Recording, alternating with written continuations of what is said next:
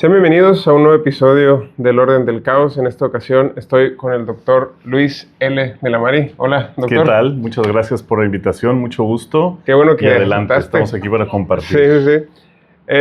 Bien, en esta ocasión quiero comentar uno de tus trabajos, pero en general creo que se despiertan un montón de inquietudes al respecto y creo que también los escuchas van a experimentar ese interés que se despierta al leer tu trabajo, especialmente porque creo que es uno de los temas que está más en boga sobre la naturaleza del lenguaje y hasta qué punto el lenguaje debe o tiene una responsabilidad de moldear algo así como la realidad en la que vivimos. Uh-huh. Y en ese sentido habría que más o menos matizar o poner los puntos sobre las íes en cuál es realmente la capacidad que tiene el lenguaje para afectar la manera en la que vemos el mundo, pero no solo, sino incluso en algunos casos hasta generar o configurar mundo, ¿no? Que es un poco la discusión que está como que a la base de tu trabajo, pero en tu trabajo te concentras en un tema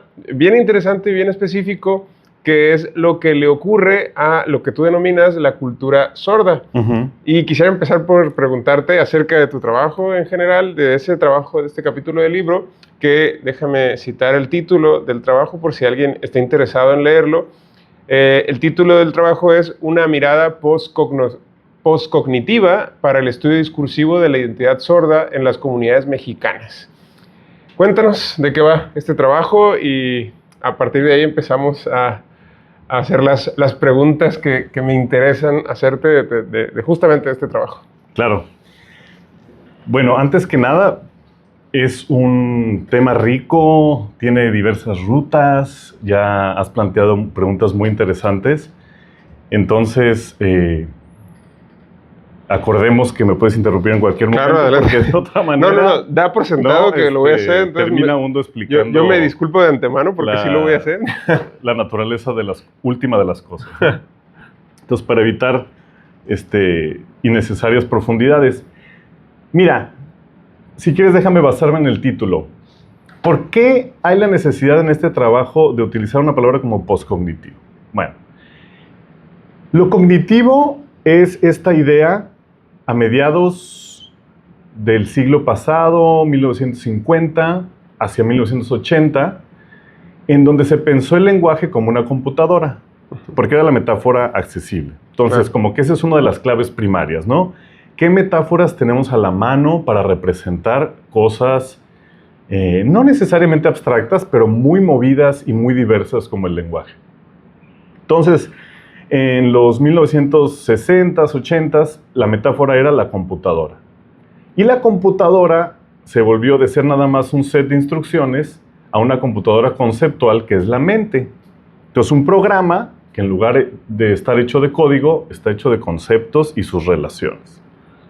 ¿Por qué la necesidad de decir postcognitivo? Porque si hay algo interesante en cómo pensamos el lenguaje, interesante y al mismo tiempo que requiere una toma de una urgente y precisa responsabilidad, es que cada cosa que decimos sobre el lenguaje, sobre todo en ámbitos públicos y en ámbitos que terminan volviéndose ideas recurrentes o hasta leyes y normativas, es que tiene consecuencias reales sobre la identidad, las expresiones, las integraciones culturales de las personas, ¿no? Discrimina o reivindica, violenta o sana, ubica, permite, incluye o constriñe y excluye.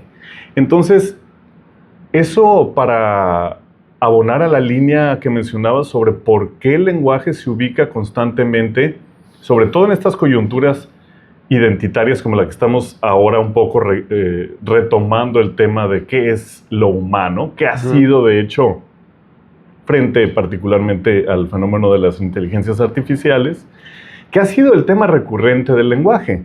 No sé si la mayoría de nosotros hemos escuchado que una de las posibilidades de explicar qué es lo que nos hace humanos es que tenemos lenguaje articulado. Exacto, de hecho, ¿no? es la definición clásica, ¿no? Es la definición de los griegos. Clásica, es como la más...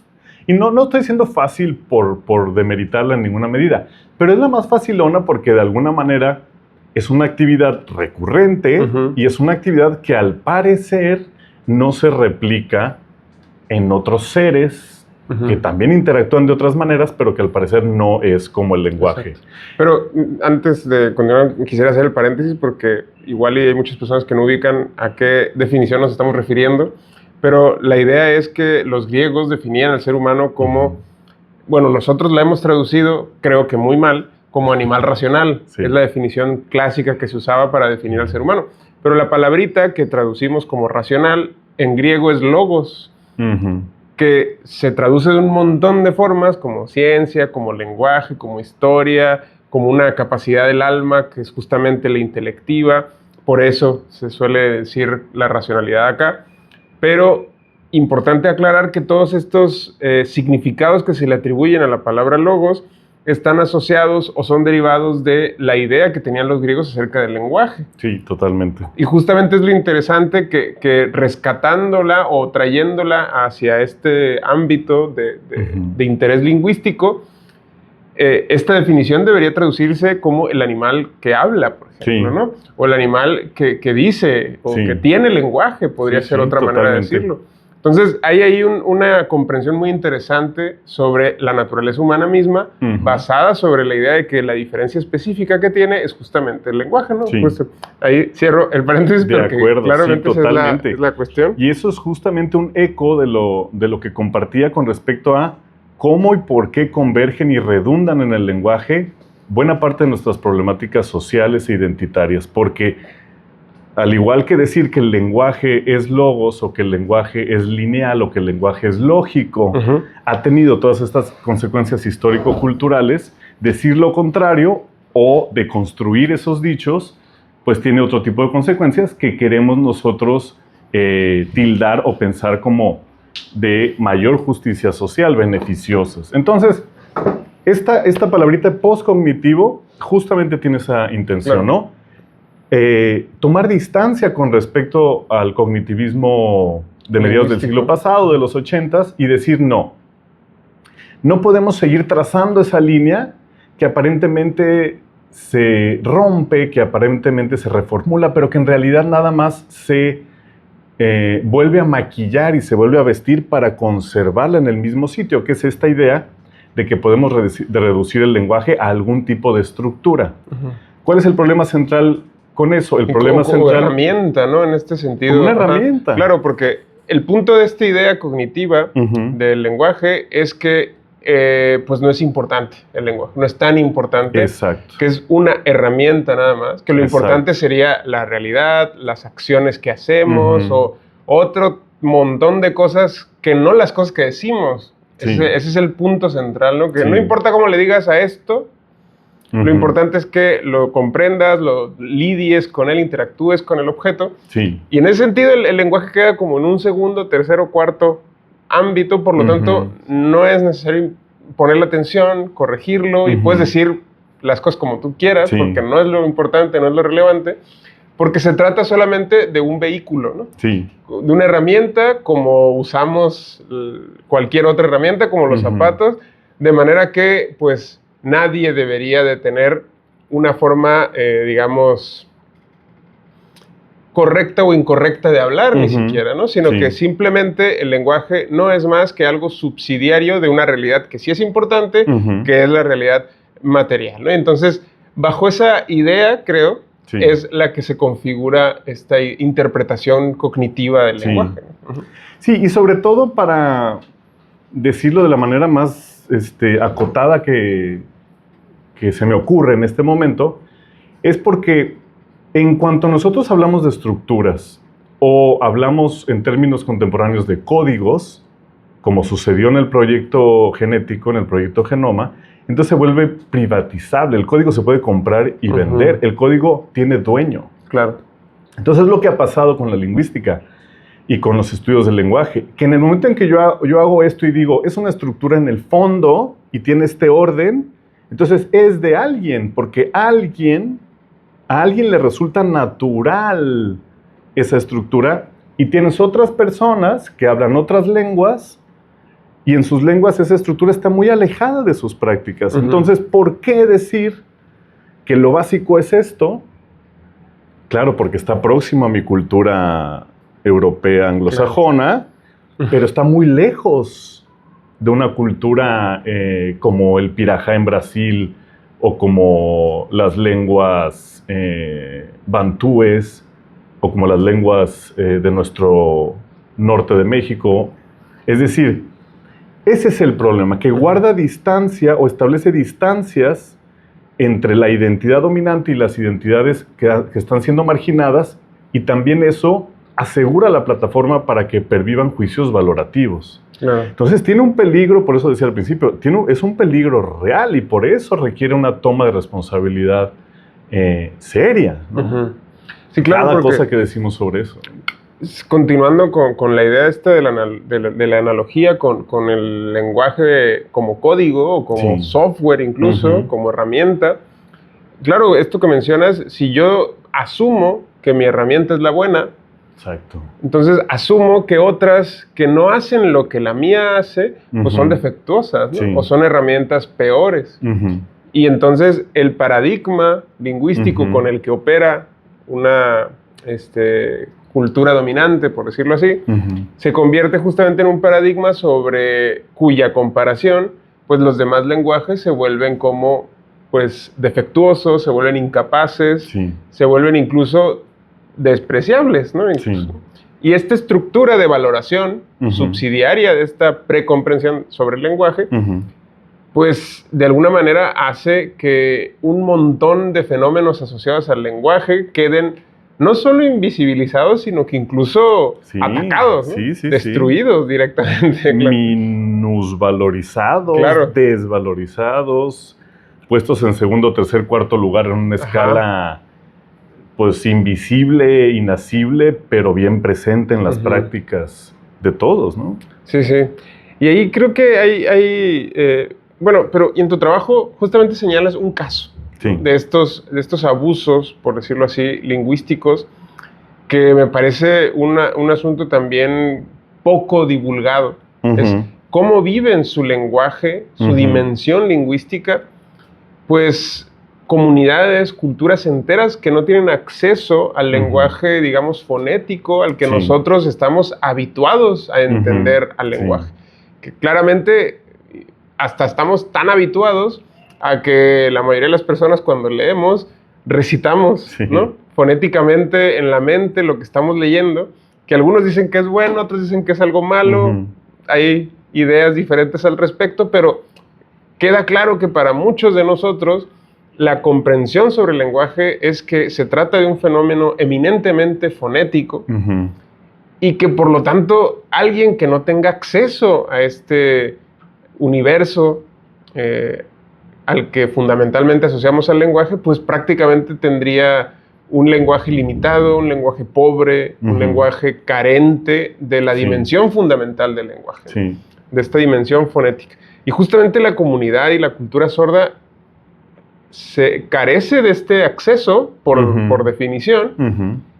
Y entonces entran, yo creo, un montón de preguntas, ¿no? Al respecto de cómo vive y cómo es el mundo lingüístico de esta comunidad, que justamente es de lo que va tu trabajo. Cuéntanos al respecto. Sí, bueno, ahí la noción transversal es el capacitismo, ¿no? Que en inglés es ableism, que viene de being able to, ¿no? O sea, ser capaz de. Habilidad. ¿No? Tener la habilidad de. Y entonces es esta construcción que tiene que ver con lo mismo que decíamos sobre el lenguaje, de querer sustraer qué es lo básico, qué es lo fundamental, qué es lo importante, pero sobre todo en el sentido de poseerlo, de poderlo tener, de poderlo caracterizar de acuerdo con la lógica de mi cultura.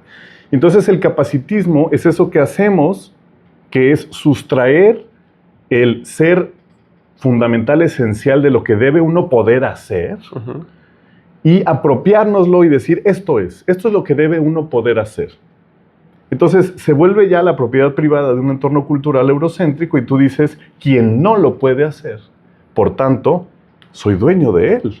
Porque yo lo estoy etiquetando como que le falta en relación con lo que yo digo que tiene que tener, ¿no?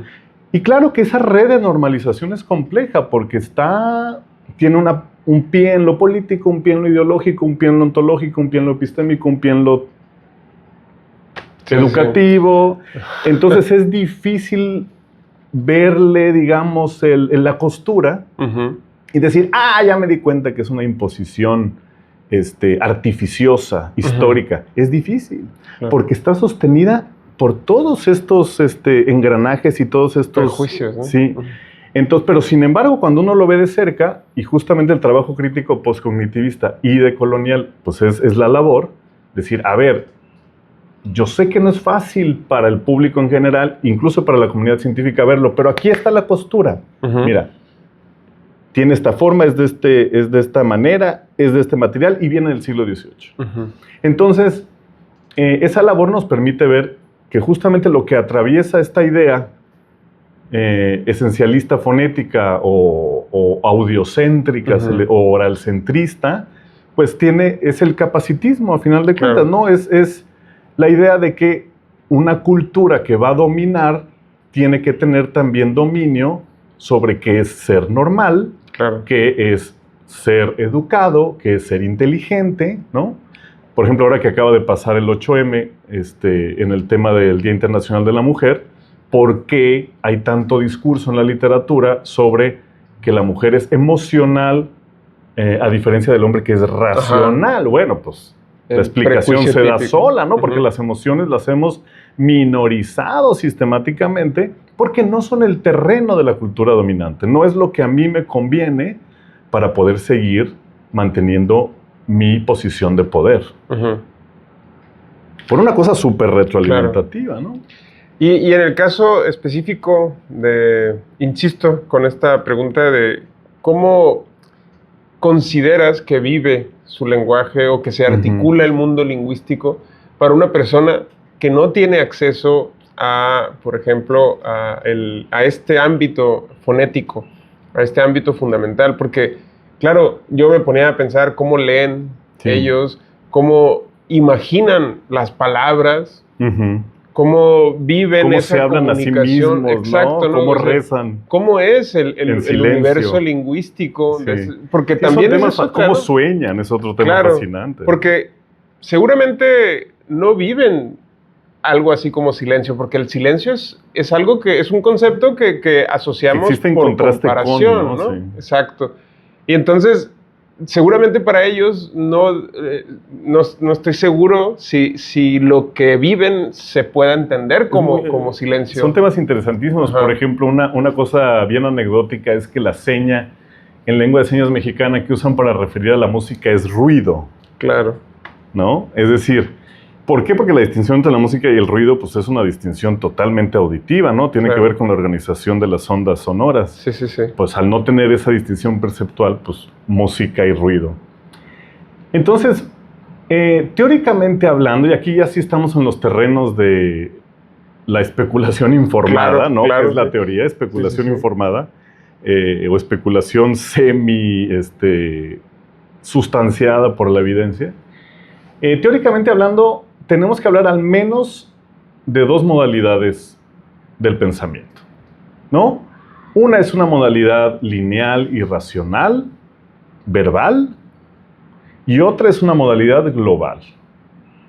La modalidad global o sensoriomotora funciona a partir de la experiencia más corpórea, ¿no? Tiene que ver con las distancias, con las mecánicas del cuerpo, las sensaciones. Y entonces en el terreno de la globalidad nosotros comprendemos a partir de la misma manera en la que nos movemos en el mundo. Y ahí cuando dicen una imagen dice más que 1000 palabras. Una imagen es una modalidad global. Claro. Y es una información que tiene la característica, y por eso se ha podido teóricamente distinguir entre estas dos modalidades, de que no se puede verbalizar, ¿no? O sea, cuando uno está frente a una pintura y te dicen qué significa, ¿no? Pues te inventas un choro, y sobre todo si eres crítico de arte, pues más choro, porque tienes aparte bagaje histórico, ¿no? Tienes eres biógrafo de Van Gogh o de José Clemente Orozco, ¿no? Entonces sabes a qué se refería. Y pero sin embargo no, es una información totalmente distinta, y ahí lo que estás haciendo es una traducción entre estas dos modalidades teóricas. Entonces, habiendo establecido eso, podemos decir que nosotros siempre estamos moviéndonos en las dos. Quienes tenemos como lenguaje o canal central lo oral verbal, estamos mucho más hechos hacia lo racional lógico, lineal. Pero de todos modos gestualizamos. De hecho, hay diversos estudios que muestran cómo el español oral no podría funcionar sin gestos. Ok. Por ejemplo, en palabras... O sea, como que si te agarro las manos ya te quedas callado, algo así. No, bueno, sí, también tiene que ver con la interacción social, por supuesto. Claro. Hay toda un área que se llama la áptica, que tiene que ver con cuándo tocas al otro y por qué, ¿no? Pero me refiero fundamentalmente a que las palabras necesitan gestos. Por ejemplo, la palabra así, cuando yo digo me hizo así y no utilizo ningún gesto, entonces no significa nada. Claro. Cuando yo digo este es el que me gusta y no utilizo ningún gesto, entonces no significa nada. O sea, estamos hablando de que si las palabras son su semántica, si las palabras son su significado, entonces los gestos deberían estar en la definición de diccionario de palabras como así y este. Claro. Porque ¿cómo pueden estar en el diccionario palabras cuya significación está incompleta? Porque requieren en la interacción comunicativa del gesto para significar algo. Entonces, imagínate ahora que tienes una serie de personas que están más hechas hacia el canal global y para las cuales lo verbal puede ser que sea mínimo, quién sabe qué tanto, no lo sabemos bien, porque los sordos también hacen ciertas gesticulaciones que tienen que ver con el lenguaje verbal, sobre todo cuando han aprendido a escribir, ¿no? Hay muchas señas que necesitan la vocalización como nunca, como y puras groserías se me ocurren, pero las groserías generalmente también. Entonces, esa sería una manera de distinguir, ¿no? Una persona sorda es posible que viva muchísimo más en un canal global, imaginativo, que no es raro tampoco, aún en nuestros referentes culturales más cercanos. Hemos escuchado más de una vez ejemplos de personas que piensan en imágenes, como Benoit Mandelbrot, ¿no? Mandelbrot desarrolló la teoría fractal porque no podía con la parte verbal de las matemáticas, entonces tuvo que pensar en términos de imágenes. Lo que yo quería agregar para lo del entendimiento con las señas, muchas veces lo que pasa ahorita que se nota más en temas de los celulares, la comunicación por WhatsApp, los stickers se hicieron muy famosos porque le agregan una seña o un contexto a lo que tú quieres dar a entender con lo que escribiste anteriormente. Claro. Sí. Entonces, no es lo mismo que te escriban ya voy para allá, muy seco, a un ya voy para allá y te agregan un sticker o algo que te da como feliz, contento, apurado, te dan un contexto de lo que quiere dar a entender. Claro, te dan más información. Te da más información a entender, por eso yo no me puedo comunicar sin stickers. Sí, es incómodo el no dar una seña visual a la otra persona de cómo te encuentras en ese momento, qué quieres dar a entender, si estás enojado, si estás feliz, porque muchas veces el mensaje no puede llegar de la manera correcta o de la que tú quieres dar a entender a esa persona. Sí, es decir, el lenguaje es mucho más que palabras y eso es quizá el problema que trae consigo la visión cognitivista del lenguaje, ¿no? Porque reducimos el lenguaje a un fenómeno estrictamente semiótico y que luego ocurre el ámbito semántico, pero el lenguaje se queda como en este orden semiótico estrictamente de construcciones, por ejemplo, estrictamente gramaticales, los modos verbales y todas estas cosas que le pasan a las palabras, pero que no solemos asumir que más allá de ese ámbito también hay lenguaje. Es decir, que en la semántica hay lenguaje, es algo que parece ser como extraño, ¿no? Porque normalmente, bueno, cabe aclarar, ¿no? Porque igual estamos usando estas palabras sin que nuestros escuchas entiendan muy bien qué significa esto, pero semántica es cuando nosotros decimos una botella de agua y la semántica es la botella a la que estamos refiriéndonos y que en muchos casos yo puedo remitirme a esa botella sin necesidad de decir la palabra, ¿no? Con base en el criterio cognitivista, yo no tengo necesidad de usar el lenguaje para remitir al objeto. Y por lo tanto yo puedo moverme en la dimensión semántica sin necesidad de la dimensión lingüística, digamos. Sí, hasta cierto punto, sí. Si reducimos la lingüística a mera significación. Sí, lo que pasa en el cognitivismo es que a lo que estarías aludiendo es al concepto de la botella. Justamente, o sea, la realidad, digamos, directa se vuelve un poco irrelevante porque tienes una copia conceptual de toda la realidad en tu mente. Entonces, el significado de las palabras ya no es la botella que señalo en el cognitivismo, sino es el concepto de la botella que tengo. Claro. Entonces, eso sí le dio más libertad. O sea, yo quería hacer una nota al calce rapidita de que en realidad no hay ningún problema, porque, pues, por ejemplo, aquí estamos en la Facultad de Filosofía y Letras y tenemos colegas en todo México y el mundo que se dedican a estas áreas. En realidad no hay ningún problema con el análisis lingüístico, con la filosofía del lenguaje, ¿no? El asunto es nada más distinguir que hemos desarrollado, como decíamos al principio, estas herramientas para explicar cosas, que no quiere decir que así sean las cosas, ¿no? Son modelos, ¿no? Son modelos, son maneras que nos ayudan a entenderlas, son metáforas, pero creo que la parte más grave, y digo grave porque ha tenido consecuencias fatales incluso, la parte más grave es que se nos han olvidado la naturaleza de las metáforas y las hemos empezado a pensar como si fueran la naturaleza de las cosas. Claro, ¿no? Es como esta idea de que hemos fetichizado las palabras. Exacto. ¿No? Claro. Como si la palabra fuera el significado. Exacto. Y no tanto el significado mismo. Sí. Eso me parece muy, muy interesante, ¿no? Sí, porque es todo un fenómeno. Donde viene el problema, ¿no?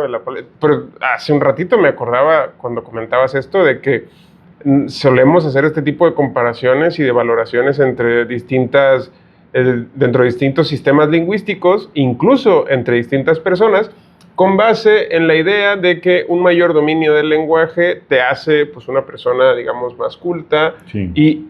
Y para algunos, partiendo de la base, por ejemplo, de uno de los grandes cognitivistas y filósofos del lenguaje, que fue Wittgenstein, que, por ejemplo, en su primera fase de pensamiento, que tenía esta famosísima frase de que los límites de mi lenguaje son los límites de mi mundo, ¿no? Es decir, que mi mundo no es otra cosa que aquello a lo que mi lenguaje me permite acceder.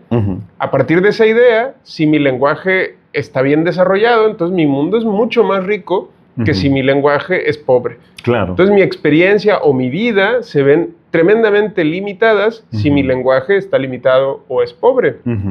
Entonces, por ejemplo, tú no podrías vivir una emoción que no sabes nombrar. Claro. Entonces, esa idea o ese prejuicio implica que tu mundo y que el mundo de las comunidades que utilizan un lenguaje pobre, carente, menos rico, pues sería a su vez un mundo menos pobre, menos interesante, menos valioso, incluso desdeñable que la de otros. Y me venía a la mente este tipo de comparaciones que se suelen hacer a cada rato. Los alemanes tienen una palabra para esto o para lo otro. Los alemanes tienen palabras para todo. El tamaño del vocabulario del inglés siempre es un pleito con mis amigos de Estados Unidos. Exacto. Porque dicen, eres lingüista. ¿Cuántas palabras tiene el español? ¿No? Claro, porque el inglés tiene tantas. Digo. Sí. Pues producto del colonialismo, ¿verdad? Porque las han importado, ¿no? Se las han robado. Y hay un detalle bien curioso que me gusta bastante, por ejemplo, que es una expresión francesa que para este fenómeno que ocurre cuando estás discutiendo con alguien, a lo mejor una discusión así bien acalorada, y no se te ocurre la respuesta en ese momento, pero cuando ya vas en otro momento, sigues dándole y dices tú, esto era lo que le debería haber dicho a esta persona. Pues los franceses tienen una palabra para esta idea o para esta sensación que es le prix de Calier, ¿no? Que se traduce como el espíritu de la escalera, dicen, porque la idea es que sería es eso que te pasa cuando ya vas bajando por la escalera después de haberte peleado, ¿no? Que ahí sí es cuando se te ocurre la buena respuesta. Qué interesante. Entonces, dice uno, ¿realmente necesitamos la palabra o la expresión para entender y vivir esta sensación? Claro que no, ¿no?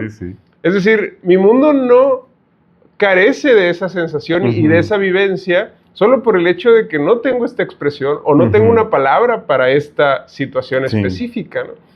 Y entonces, esta idea de que el lenguaje directamente limite y que directamente moldee y empobrezca o enriquezca al mundo, me parece darle una soberanía al lenguaje y un imperio al lenguaje sobre la realidad que me cuesta mucho ver.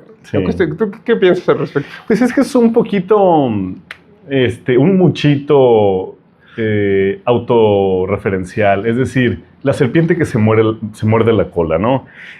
El lenguaje, la carencia de terminología del lenguaje verbal, es decir, un diccionario chiquito contra un diccionario grandote, es limitado en tanto la función que tú le diste a ese objeto cultural, y tú me refiero a la cultura eurocéntrica, a la cultura colonialista, que tú le diste a ese objeto cultural y que tú decidiste que para eso iba a servir y construiste instituciones y legalidad y dogmas, dogmas religiosos, dogmas culturales, dogmas educativos, basándote en esa herramienta, y entonces ahora dices, si no la tienes, eres menos. Claro, pero porque tú construiste una estructura sobre la naturaleza de ese objeto cultural tuyo. Es como si toda mi comida llevara mariscos.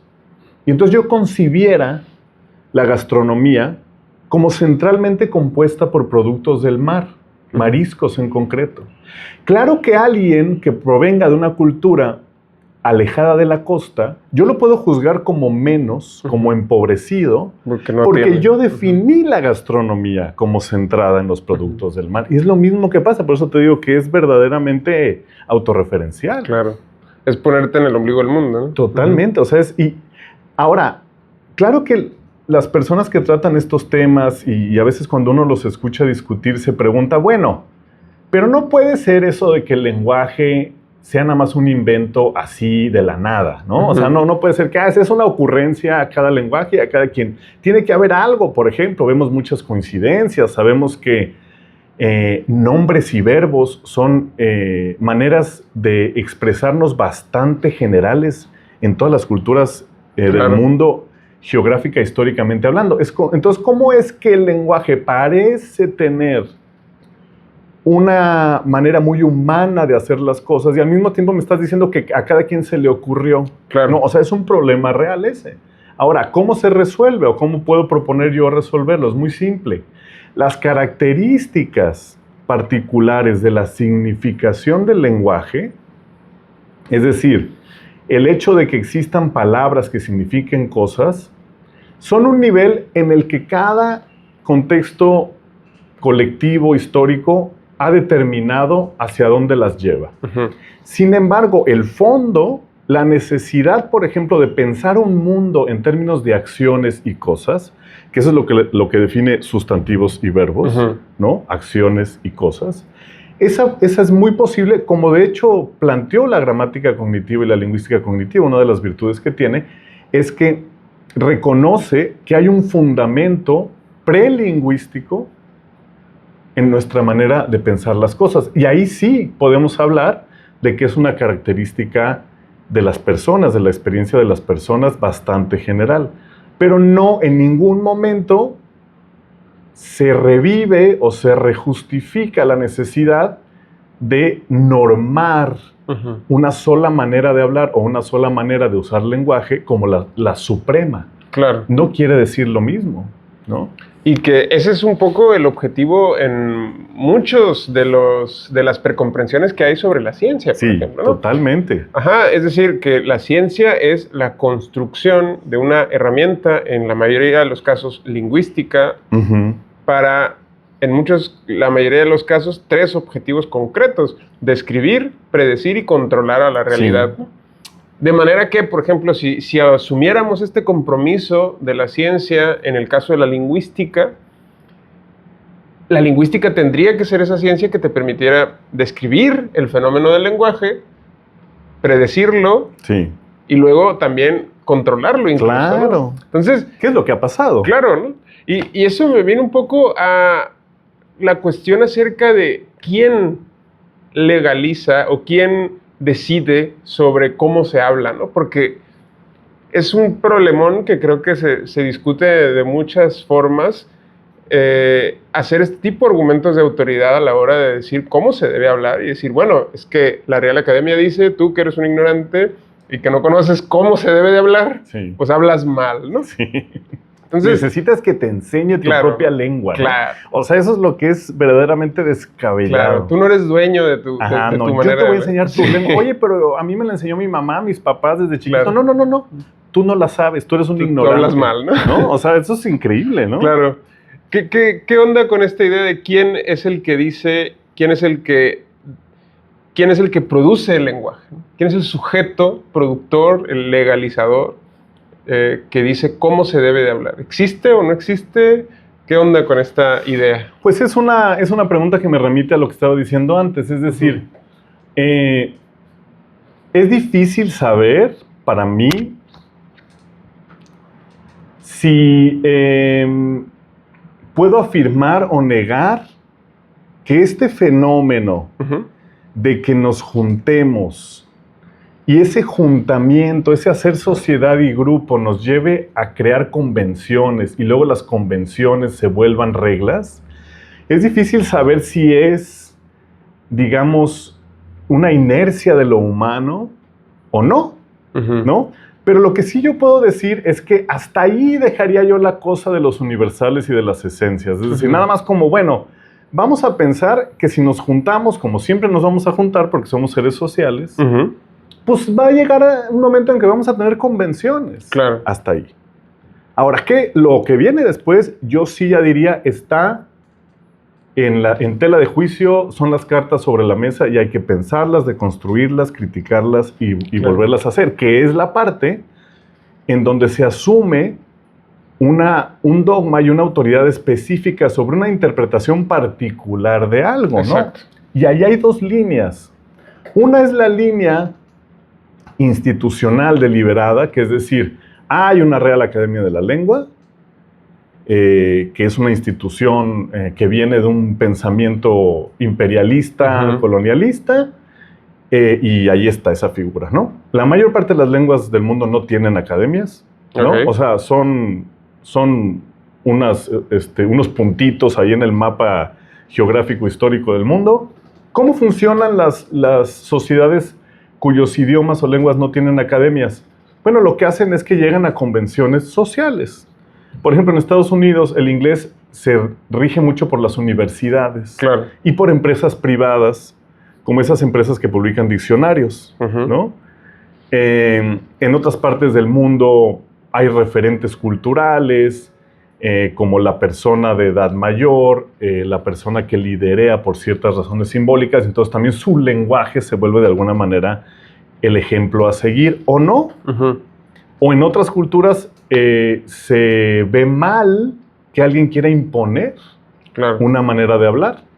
Entonces, esa distinción la podemos resumir citando a un artículo de Dotter, no me acuerdo su nombre de pila, entre la estandarización dura y la estandarización suave, ¿no? La estandarización dura, que estandarización es esto de decir, la lengua va a ser así y así lo digo yo, ¿no?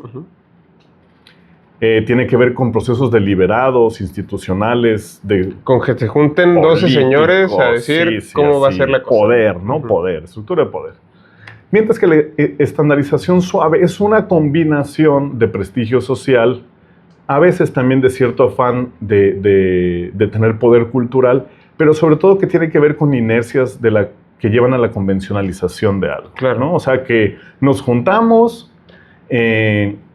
empiezo a ver a una cierta persona o a un cierto grupo como más representativo de lo que siento que yo soy, o yo me asumo como representativo de lo que siento que yo soy, y de ahí se sigue que pues mi manera de hablar la empiezo a proponer como un estándar. Claro. Como sucede en México con la lengua de señas de la Ciudad de México. Okay. La mayor parte de las comunidades sordas en México ven hacia la Ciudad de México con dos actitudes igualmente normativas, una positiva y otra negativa. Gente que dice, hay que señar, es un neologismo, digamos, una manera de decir hablar, pero en señas, ¿no? Claro. Señar como señan en la capital. Ciudad de México, en la capital, y hay gente que dice, no, eso es de la Ciudad de México, ¿no? Okay. Hay que hablar como hablamos aquí en Culiacán. Pero ves, ambos referentes son igualmente normativos. Claro, ¿verdad? sí. O sea... Sí, claro, porque un poco esa es la pregunta que creo que me surge fundamentalmente después de leer tu trabajo. Claro, en tu trabajo tú señalas un fenómeno que podríamos describir como violento, como discriminatorio, como segregacional, en el que justamente las víctimas serían las comunidades sordas, a las que históricamente se les ha considerado como menos, como todo esto, ¿no? Entonces, tenemos documentado un hecho violento que ocurre en el lenguaje, ¿no? En el ámbito lingüístico. Entonces, ¿qué hacemos con eso, no? Porque un poco la postura deriva de si aceptamos que podemos tomar decisiones deliberadas y normativas respecto al lenguaje y por lo tanto decimos, sacamos una norma, sacamos una ley, ahora ya no se debe de hablar de esta manera o ahora tenemos que incluir en todos los videos un traductor a señas para incluir. Entonces, ahí la actitud que se estaría asumiendo que pretende remediar un problema o una violencia documentada, está asumiendo una actitud legalista y una actitud que asume que el lenguaje se puede normar de esa manera, ¿no? Es decir, de una manera vertical a través de una imposición de leyes de cómo se debe efectivamente hablar. Pero la otra idea, que es, bueno, ahí está la violencia, ahí está documentado el hecho segregacional o discriminatorio, si supusiéramos que hemos renunciado a la idea de normar el lenguaje, ¿qué onda? O sea, simplemente nos quedamos contemplando, nos quedamos describiendo, o sea, a nivel del problema científico, ¿no? Porque dijimos que la ciencia en muchos casos asume el compromiso de describir, predecir y luego controlar un fenómeno. Entonces, no querer normar este fenómeno, este hecho que estamos documentando de la violencia hacia las comunidades, hacia las culturas sordas, implica pues un cierto grado de indiferencia o de no sé cómo denominarlo, ¿no? Pero el punto es que bueno, ¿qué piensas al respecto? Es decir, ¿cómo debería de trabajarse o de tratarse este tema a nivel lingüístico, ¿no? Es decir, ¿debemos asumir un compromiso legalizador o renunciar a la idea legalizadora? ¿Qué opinas al respecto? Pues yo creo que otra vez en el fondo tiene una discusión difícil, que es la discusión de la regulación en general, ¿no? De si las personas podemos funcionar sin regulación, ¿no? O sea, que es una discusión en ciencias políticas, en historia. Hay un libro... economía. En economía, sí, hay un libro que me gusta mucho, que tal vez ahorita no me voy a acordar del título, que es no me voy a acordar, a ver si ahorita me viene en esta bajada en la escalera, ¿no? Me voy a acordar de él.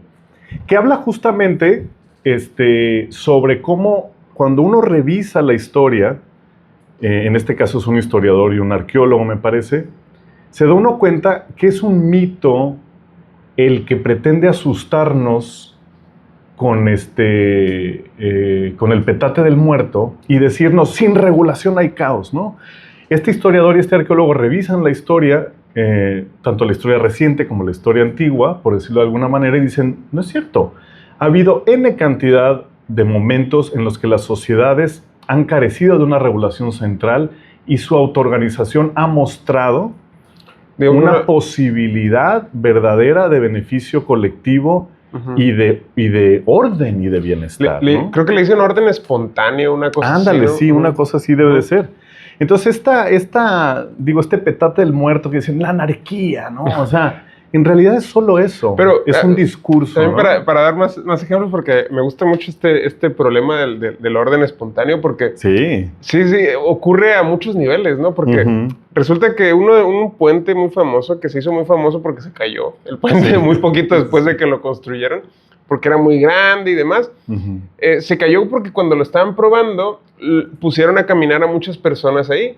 Y se descubrió, en ese momento no se sabía, que las personas cuando caminan juntas, muchas personas, por alguna razón, digamos, no sé, inconsciente, espontánea, sincronizan el paso. Sí. Entonces, hecho, el hecho de que los pasos que estas personas estaban dando arriba del puente se sincronizaran, generó que las vibraciones en el puente se magnificaran de manera armónica y sistemática y tracas, ¿no? Por eso fue que empezó a fallar la estructura del puente.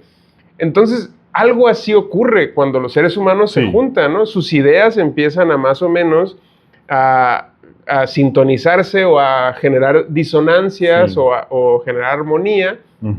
Y a partir de ahí se genera cultura, se genera un orden, se generan tradiciones, identidades y un montón de cosas que también ocurren y se reflejan a nivel lingüístico. ¿No? Y ese es un poco el asunto, pero el asunto es que, por ejemplo, en tu trabajo tú estás documentando cómo ese orden espontáneo ha generado un área de exclusión, ¿no? Sí, es lo que iba a decir. Ahorita nada más para mencionar los autores, por si los encuentran por ahí, son David Graeber y creo que también es David Wengrow. Graeber y Wengrow, con W.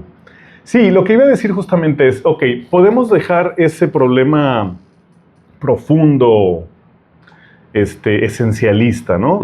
Y decir, bueno, parece que así sucede y por lo menos hay prueba de que sí se puede. Pero bueno, entonces ya hablando de nuestro contexto particular, hay dos premisas que sigo. Una, la reparación es necesaria, es decir, 200, 300 años de historia han hecho mella.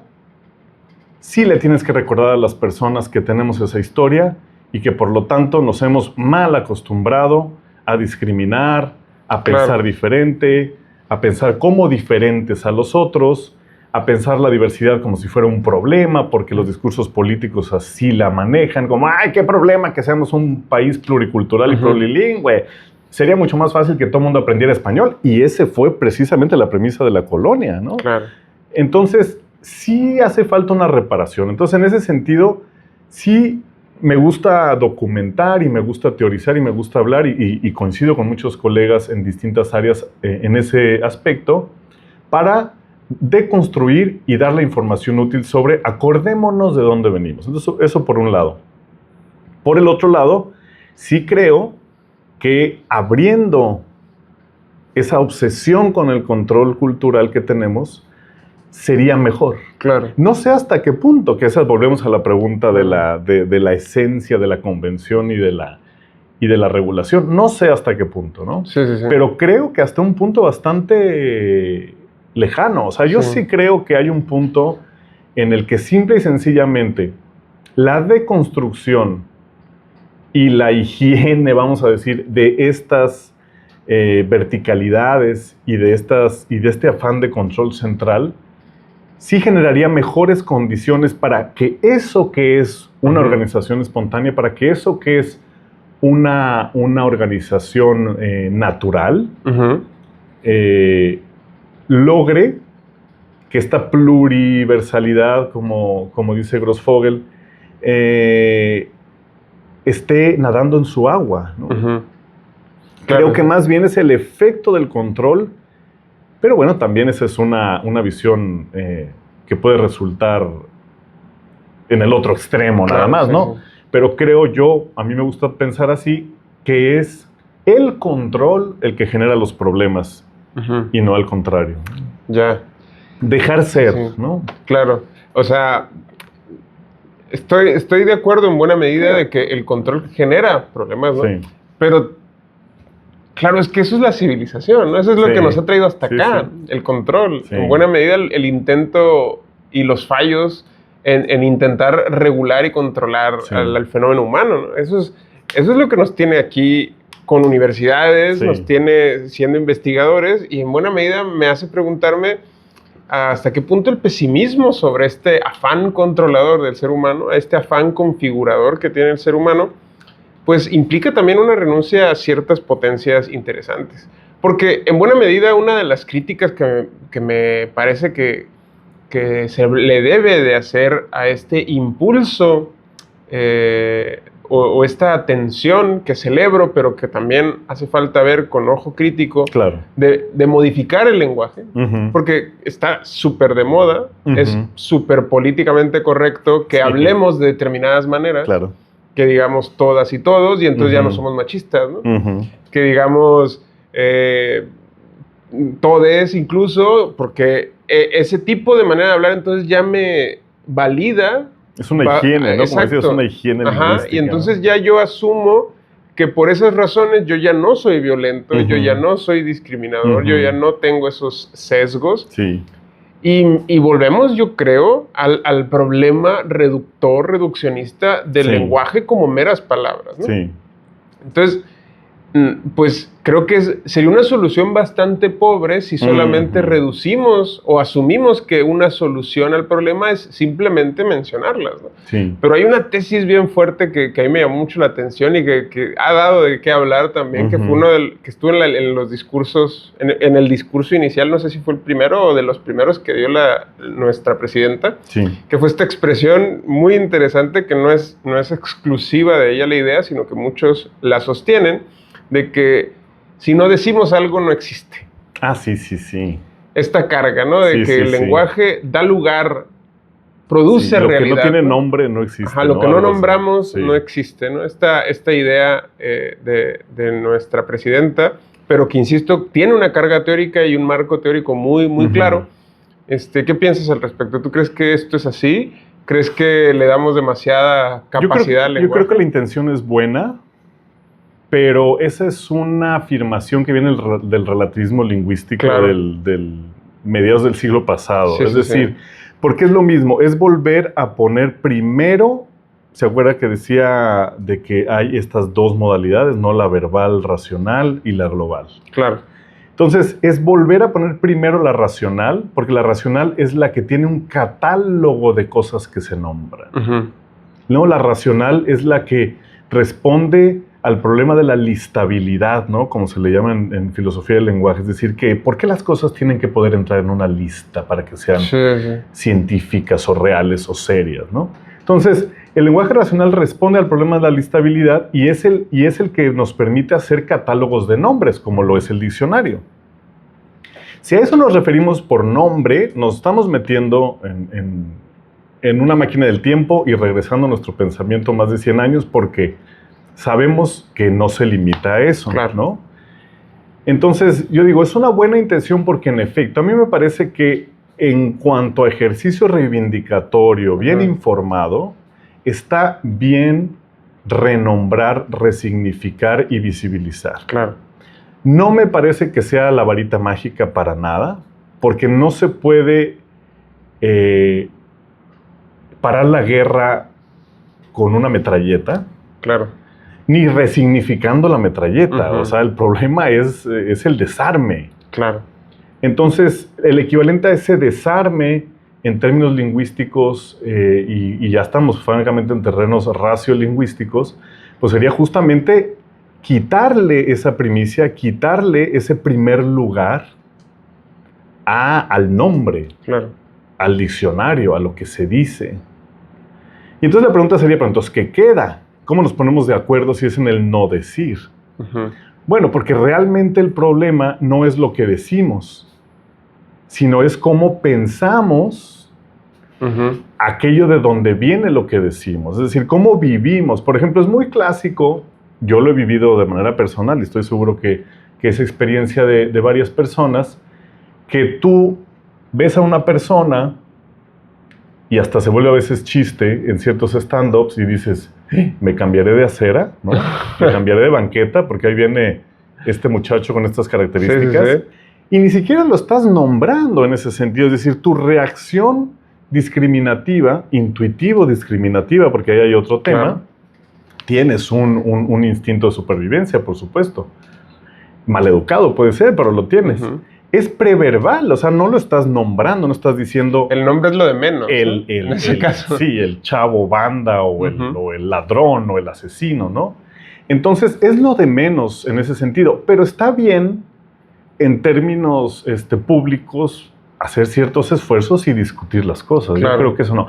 Pero la fórmula mágica no es para nada eso. Tiene que ver con algo preverbal, con algo que podríamos decir, para no salirnos de la teoría que nos gusta manejar, que tiene que ver con la globalidad del lenguaje y no con la verbalidad. Pero, ¿tú crees? Porque yo pienso que sí, pero quisiera saber tu opinión. ¿Tú crees que es necesario hacerlo? No. ¿No es necesario darle nombre a estas cosas? Yo pienso en buena medida que sí, pero me interesa mucho decir que nunca, no puede ser suficiente. No es suficiente. Pero necesario, me interesa por qué no. Yo no creo que sea necesario. Yo creo que es importante para ciertas personas. Ya. O sea, yo creo que es muy importante para personas, por ejemplo, que están o que se identifican con los movimientos feministas, con los movimientos raciolinguísticos, con la reivindicación de los derechos de los discapacitados, mal llamados discapacitados, de las personas indigenizadas o los que llamamos indígenas. Yo creo que esas causas y esas teorías y esos movimientos, para esos contextos discursivos es muy importante nombrarlo, visibilizarlo, verbalizarlo. Pero me parece que tiene que ver con eso, que tiene que ver con una exclusividad discursiva. Es decir, en ese contexto es importante porque de alguna manera estás llevando todavía el vehículo con el que el poder se ejerce, pero no quieres que tenga el mismo color que el vehículo que usa el poder. Es decir, no estás realmente renunciando al vehículo del poder, ¿no? Estás como en una mirada de, voy a cambiar las cosas desde adentro, ya sabes. O sea, ¿qué hago si quiero cambiar el país? ¿Me vuelvo presidente o no me someto a la estructura del poder? Porque ese es el problema. Ajá. Entonces yo creo que está en esa disyuntiva. Utilizar el discurso racional y verbal para reconstruir o reivindicar un poco corre el riesgo de que estás usando el vehículo del poder. Claro. Para cuestionar el poder, que es lo que nos pasa en la academia. Pero quieres sanar con un arma, ¿no? Ajá, entonces tú me dices, no, yo no considero que sea necesario. Para mí, por ejemplo, como académico es importante porque yo elegí este medio para expresarme de esta manera. Claro. Pero yo creo, un poco como en las fantasías o hipótesis distópicas, si desapareciera la academia, si desapareciera la teoría, habría reivindicaciones, habría revisibilizaciones y resarcimientos sociales, sí, sin duda. O sea, yo no creo que eso sea necesario como a veces se dice, de si todas las personas desaparecen, como pasó en la pandemia, ¿qué le pasa al mundo? Pues el mundo prospera. Claro. No, la naturaleza prospera sin gente, ¿no?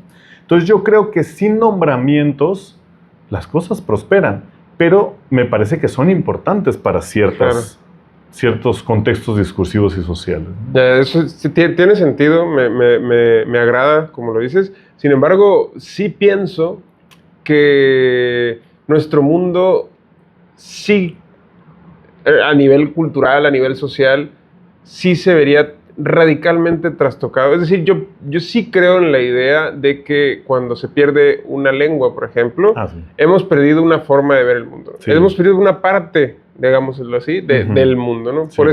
Por esa razón es que pienso que nombrar sí es producir aspectos o elementos del mundo, ¿no? Significar, sí. que por esa razón me hace pensar que es una necesidad humana, nombrar lo que vivimos, nombrar lo que nos pasa.